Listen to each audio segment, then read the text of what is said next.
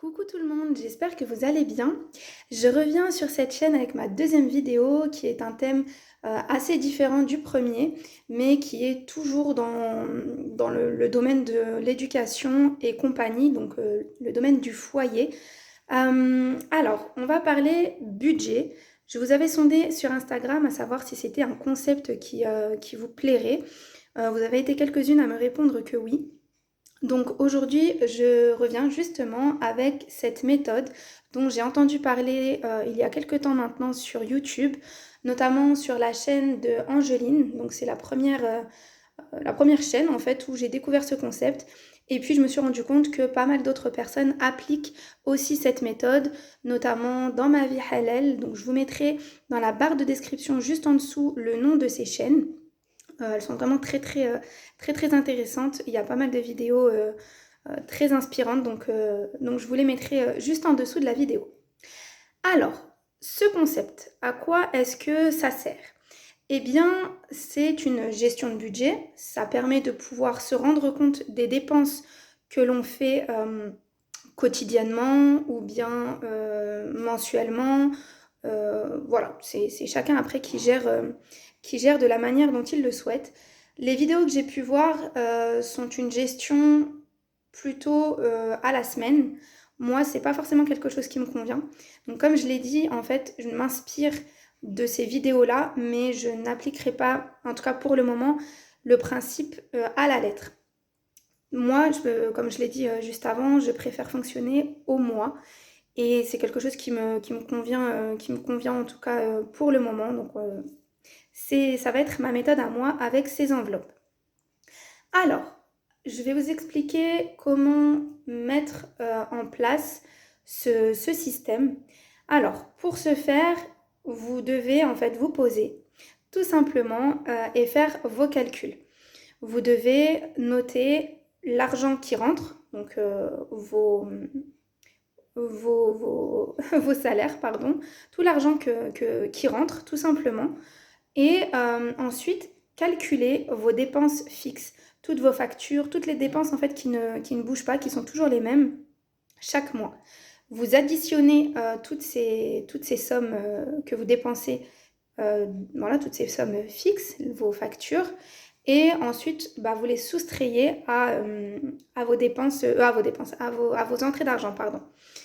Cela vous donnera un montant et ce montant sera ce qu'on appelle le reste à vivre.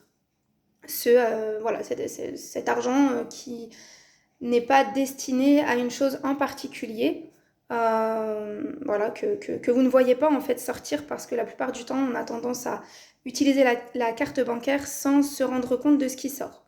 À partir du moment où vous avez calculé votre reste à vivre, eh bien vous allez le sortir de votre banque tout simplement. Vous allez l'avoir chez vous en espèces. À partir de là, vous allez calculer ce montant-là, le noter et choisir, créer en fait au travers d'enveloppes différentes catégories dans lesquelles vous voulez classer cet argent. Alors ces catégories, elles sont vraiment propres à chacun. Il n'y a pas de catégorie particulière.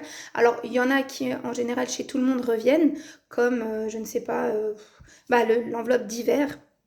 Donc divers, c'est l'argent que vous pouvez utiliser pour... enfin voilà, encore une fois, chacun estime le divers à, voilà, à son idée. C'est vraiment chacun.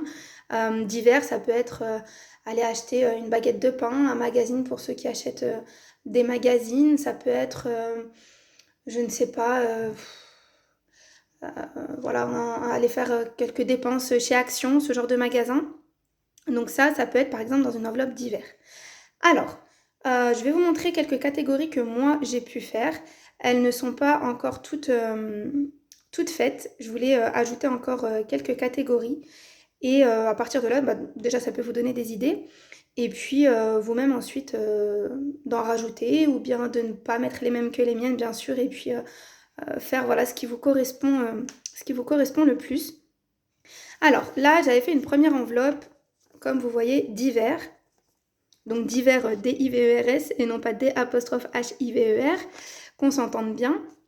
Voilà, j'en avais fait une également pour la viande, parce que la viande, c'est pas quelque chose que j'achète de manière mensuelle. J'achète pas, généralement j'achète en gros et ça me tient un bon bout de temps.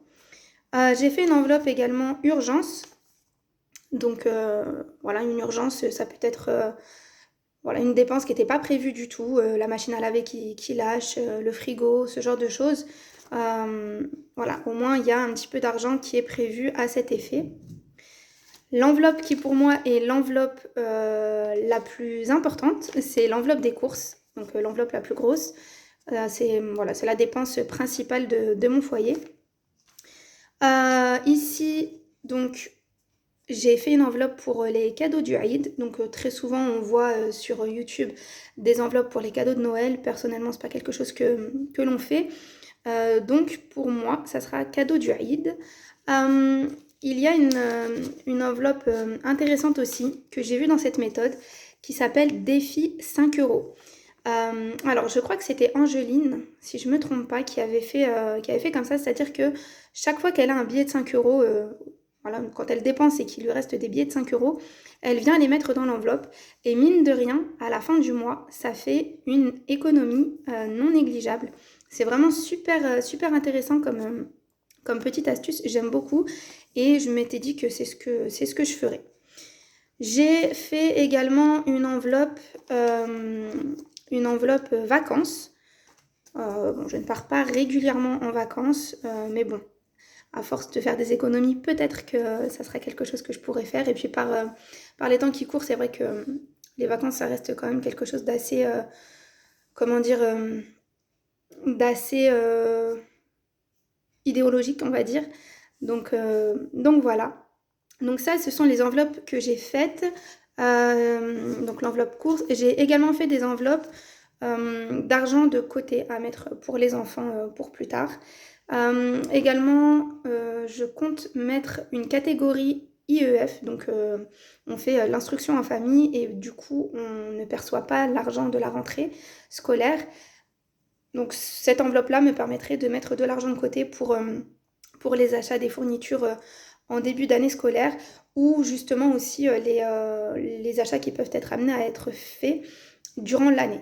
Donc là par exemple, j'ai un dictionnaire d'anglais à acheter aux enfants, donc cette enveloppe-là pourrait servir pour ça.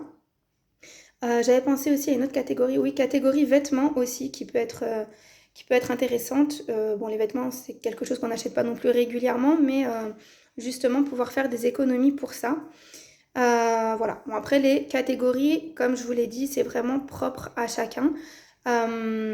Certaines enveloppes peuvent ne pas être remplies chaque mois, selon les dépenses, selon les budgets de chacun. On ne peut pas se permettre systématiquement de faire ça.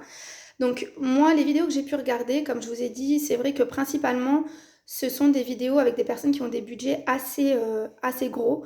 Mais je vous assure que même avec des petits budgets, et justement, c'est ce qui pourrait permettre aux personnes avec peu de moyens de pouvoir mettre quelques petits euros de côté.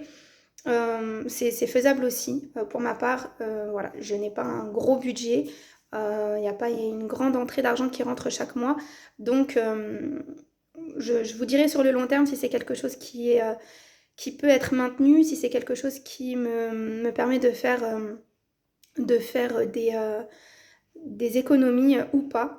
Je tiens à préciser aussi que je ne suis pas véhiculée, donc qui dit pas véhiculée dit pas de dépenses en termes d'assurance, d'essence, donc de réparation sur la voiture qui n'existe pas. Donc justement, c'est quand même quelque chose voilà, qui fait que cet argent-là que je ne dépense pas dans ça, je peux me permettre de le dépenser dans autre chose. Donc j'espère que vous avez compris le fonctionnement des enveloppes. Pour ce faire, j'ai téléchargé sur le blog de la petite budgéteuse, donc je vous mettrai aussi le lien du blog juste en dessous, ces petits PDF. Donc ceux-là, ce sont des petits papiers à mettre dans les enveloppes où on marque nos dépenses.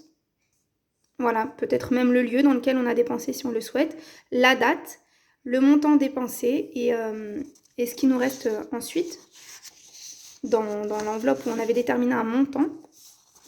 Voilà, ce qui est pas mal, c'est qu'elle a fait aussi ce même genre de feuilles pour les dépenses carte bancaire. Donc j'aime beaucoup le design, c'est très joli, c'est bien fait. Voilà, donc ça c'est pas mal aussi. Donc pour les dépenses carte bancaire, qu'on ne voit pas forcément parce qu'en général, la carte bancaire on l'utilise comme ça et voilà, on ne fait pas forcément attention à ce qui en sort. Et le papier, voilà, le PDF le plus utile pour moi, que je ne vais pas tarder à utiliser, c'est celui-ci. Donc là, on rentre les entrées d'argent. Bon, là, pour des personnes qui ont des crédits, les économies, les dépenses fixes. Donc là, notez vos factures, ce que vous pensez qui va être sorti, en fait, ce qu'on va vous prélever et ce qu'on vous a réellement prélevé. Ou alors, si vous ne fonctionnez peut-être pas forcément par prélèvement, mais voilà, ce que vous pensez que vous allez dépenser pour ces factures. Donc ça, ce sont les enveloppes, donc ce que vous mettrez comme montant dans vos enveloppes, et puis le total. Donc ça, c'est une feuille à utiliser chaque mois. Je pense que je vais ranger ça dans un classeur pour pouvoir vraiment avoir une vue d'ensemble sur le mois durant toute l'année. Celles-ci, je pense que je vais peut-être les plastifier. À voir, je vais voir comment je vais fonctionner. Donc ça, c'est pour les PDF. Donc il y a d'autres outils du même genre que vous pouvez trouver sur le blog de la petite budgéteuse. J'ai investi dans ce filofax. Pareil, je vous mettrai le lien en barre d'infos. Donc qui est super pratique pour remplacer les enveloppes. Donc je garderai ces enveloppes-là quand j'aurai terminé en fait d'utiliser l'argent que je mettrai à l'intérieur de ces enveloppes plastifiées. Donc voilà, ce sont des enveloppes en plastique avec des petits zips comme ça qui sont super pratiques. Et du coup, je pense utiliser ça en portefeuille quotidien. Je rangerai vraiment tout à l'intérieur. Donc il est assez large. Il est vendu avec 12 petites enveloppes comme ça. Donc c'est super pratique. Et du coup, l'argent que je n'aurais pas utilisé, je le sortirai de ces enveloppes plastiques pour le mettre ensuite dans ces enveloppes-là que je mettrai de côté. Et puis je rangerai ça ensuite dans ce type de pochette que vous pouvez trouver un peu partout dans le commerce. Donc voilà, je vous ai parlé un petit peu de la méthode. Je vous parlerai de ça un peu plus en détail quand je l'aurai vraiment mis en pratique.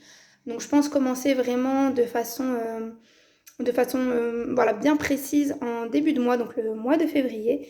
Et je vous tiendrai informée de tout ça au fur et à mesure. N'hésitez pas à vous abonner, à liker, laisser un petit commentaire en me disant si vous, ce genre de méthode, ça vous intéresse. Est-ce que dans votre foyer, c'est vous qui vous occupez du budget, ou bien est-ce que c'est votre mari, ou bien est-ce que vous ne faites pas forcément attention à votre budget, hein. C'est quelque chose qui peut aussi arriver.